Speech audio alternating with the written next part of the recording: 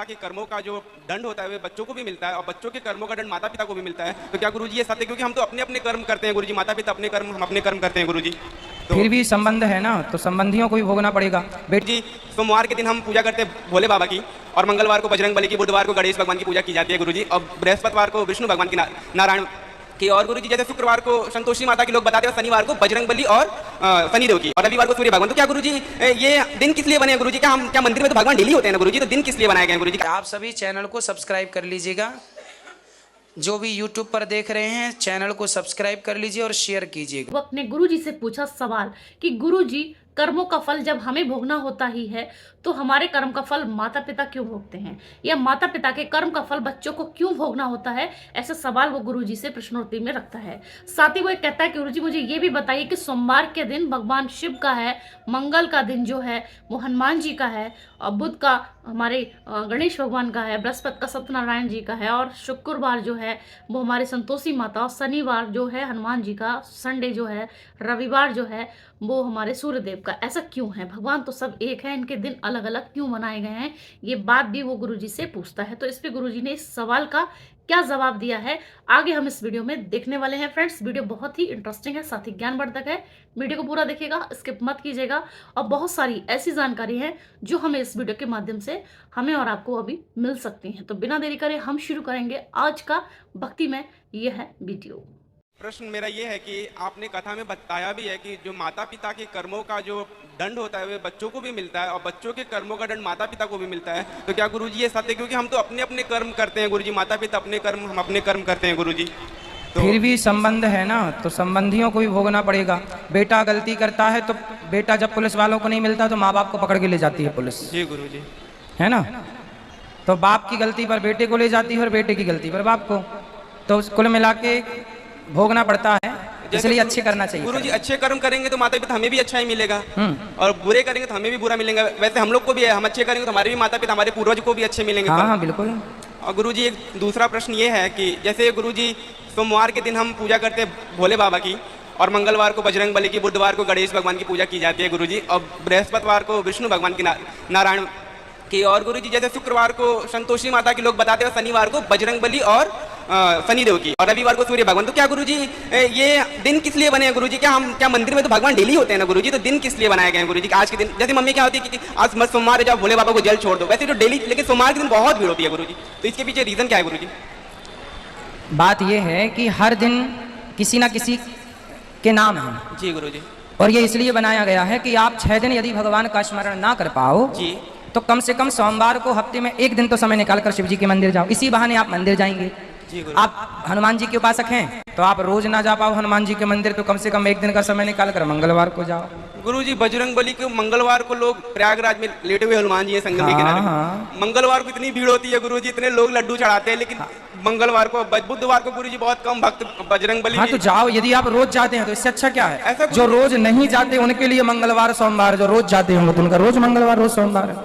अच्छा जी गुरुजी। और गुरुजी एक थोड़ा सा बस, गुरुजी मेरी मैया का प्रश्न है कि जैसे मेरी मैया है वो बोल रही थी कि गुरुजी से पूछना कि जैसे एक स्त्री गुरुजी बस अपने पति के ही पैर छू सकती है, या क्या अपने गुरु और अपने से बड़ों के नहीं छू सकती है क्या गुरुजी? छूती क्यों नहीं? सास की छूती है, ससुर की छूती है, क्यों नहीं छूती? ऐसा नहीं ना है गुरुजी कहीं कि नहीं छूना है? भाई हमारे यहाँ तो बहुएं सास के पाँव छूती हैं, जेठानी के भी छूती हैं। आपके यहाँ क्या है हमें नहीं पता। ठीक है, राधे राधे। प्रणाम। मैं आपका चरणों का दासी, चरणों का धूली, मेरे तो गुरु गोविंद और न दूसरा कोई। नाथ कृपा करते रहना, मैं कभी भूलूं नहीं। हे नाथ कृपा करते रहना, मैं कभी भूलूं नहीं। मैं आंतरिक आंखों से चरणों का दर्शन करता रहूं, आंतरिक जीवा से नाम ना छूटे, कान से अनहद सुनता रहूं। कोई सवाल है?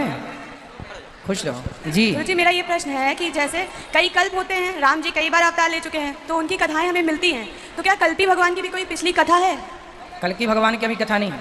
तो ऐसा क्यों है गुरुजी? होगी, क्योंकि भगवान कभी कभी आते हैं, योगे योगे, कभी कभी। पिछले कल्प में कभी उनका भी अवतार नहीं हुआ है? नहीं हुआ, इसलिए नहीं कथा है। राधे राधे गुरुजी, आप बहुत अपने से लगते हैं, लग ही नहीं रहा है पहली बार बात कर रहे हैं।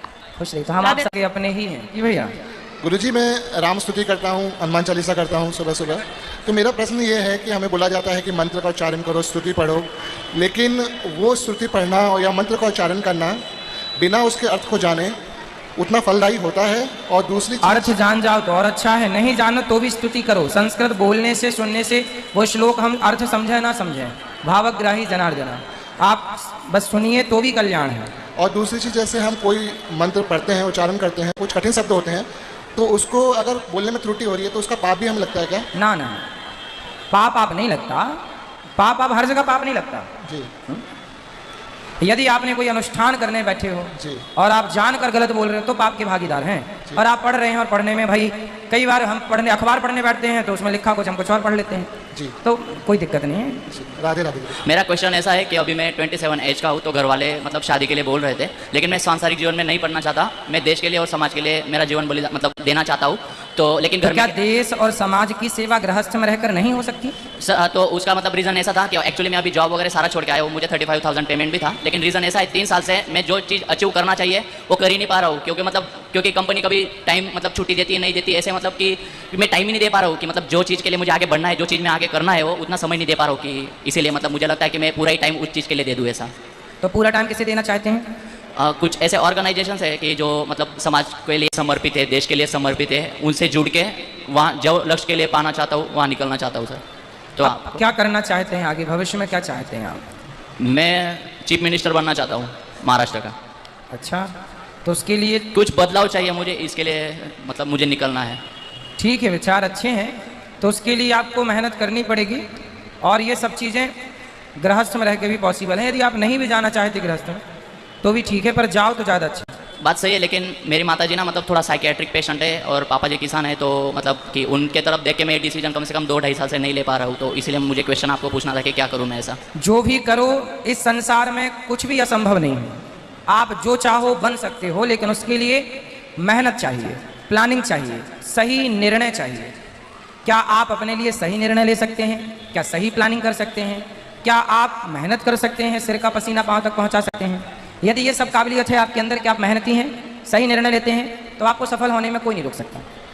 तो मतलब अगर मैं सफल होने के सूत्र हैं, पहला सही डिसीजन, सही निर्णय, समय का सदुपयोग करिए, व्यर्थ में समय ना गवाइए। जो व्यक्ति अपना समय मोबाइल टीवी पर व्यर्थ में गवाए सफल नहीं हो सकता। तो बताए हमने कि आपको कुछ चीज़ों का ख्याल रखना। तो गुरुजी अगर मैंने ऐसा डिसीजन लिया तो पापा समझ जाएंगे कुछ मतलब? कितने भाई हैं आप? 2 भाई हैं हम। आप छोटे बड़े? मैं बड़ा हूँ घर में, मेरा भाई छोटा है। तो आपकी माँ चाहती है कि आप विवाह करें? माता जी भी और पिताजी भी चाहते हैं कि शादी करें ऐसा, लेकिन मैंने उनको बोला है इसके बारे में कि मैं इन चीज़ों में नहीं पढ़ना चाहता ऐसा। शादी नहीं करना चाहते? नहीं। तो क्या दिक्कत है शादी से? अभी जैसे कि मतलब जैसे चल रहा है उस हिसाब से कि मतलब अब अकेला हूँ तो मैंने जॉब छोड़ दिया, लेकिन अगर मैं शादी कर लिया तो मुझे 100% पता है मैं जॉब वगैरह सारी चीज़ें नहीं छोड़ पाऊँगा, और वही फिर कि मतलब ये वो ऐसे कि मतलब सारी चीज़ें। ठीक है, शादी आप नहीं करना चाहते, अच्छा है, पर बाद में ये ना हो कि आपका मन स्त्रियों में लगने लग जाए। नहीं सर, ऐसा नहीं होगा। क्या आप अपने मन को कंट्रोल कर लेंगे? कर लेंगे बिल्कुल। हमारे यहाँ शादी विवाह की बातें इसलिए होती हैं ताकि मन बड़ा चंचल है, यस, अन्य स्त्रियों में ना लग जाए, इसलिए माँ बाप पत्नी ला के रख देते हैं, ले भैया इसमें लगा और कहीं मत लगा। मैं ठीक इसीलिए है, ध्यान विधि देता विधान से। तो आप देख लो, यदि आपका मन पे आपका काबू है, यदि आप अपने मन को कंट्रोल कर सकें और मन सही जगह भगवान के चरणों में लगा के अपने लक्ष्य की ओर बढ़ें, तो इससे बेस्ट कुछ नहीं है। ठीक है, थैंक यू गुरुजी। तुलसी का जो पौधा वो सूख जाता है तो फिर उसको हवन में डाल सकते हैं? हाँ, डाल सकते हैं ना। कुछ और नहीं। गुरुजी मेरे सत्संग में क्या बोलते हैं, अंदर जाओ अंदर जाओ, अंदर के जाने की विधि क्या है? मतलब बताते तो हैं हम कथा में, ध्यान लगाओ, कहीं भी एक जगह बैठ जाओ, आंख बंद करो, ऐसा भाव बनाओ कि हम वृंदावन जा रहे हैं, यमुना जी नहा रहे हैं, बिहारी जी का दर्शन। हम मानसिक पूजा बताते हैं ना कथा में विस्तार से, वही है अंदर जाना, कि बाहर की दुनिया से मतलब नहीं, भीतर भगवत चिंतन चल रहा है। कहीं भी आपका शरीर है पर मन से भगवान का जुड़ाव है। अच्छा गुरुजी, वो अंदर जाने से मतलब अपने विचार को भी देखने आ जाता है? जब आप भगवान के ध्यान में डूब जाएंगे तो विचार अपने आप समाप्त हो जाएंगे। विचारों का उत्पन्न, विचार अच्छे बुरे हमेशा उत्पन्न होते रहते हैं, विचारों को भी कंट्रोल करना चाहिए। अच्छा ठीक है, राधे राधे। दोस्तों कैसी लगी आपको आज की वीडियो? देखा आपने गुरुजी ने किस तरीके से उस बच्चे को समझाया, इस व्यक्ति को समझाया कि हमारे कर्म का फल हमें तो भोगना ही पड़ता है, लेकिन हमारे माता पिता को भी भोगना पड़ता है। इसीलिए हम कहते हैं कि हमें अच्छे कर्म करने चाहिए। कुछ ना कुछ हमारे कर्मों का कनेक्शन कुछ ऐसा होता है कि जब संतान पैदा होती है तो हमारे और उसके कर्म कुछ मैच करते हैं, तभी एक घर में उनका जन्म होता है। तो कैसी लगी आपको आज की वीडियो, आप कमेंट सेक्शन में बता सकते हैं। इसी तरीके की वीडियो को देखने के लिए मेरे चैनल को सब्सक्राइब कर लीजिएगा। मिलते हैं नेक्स्ट वीडियो में, तब तक के लिए राधे राधे।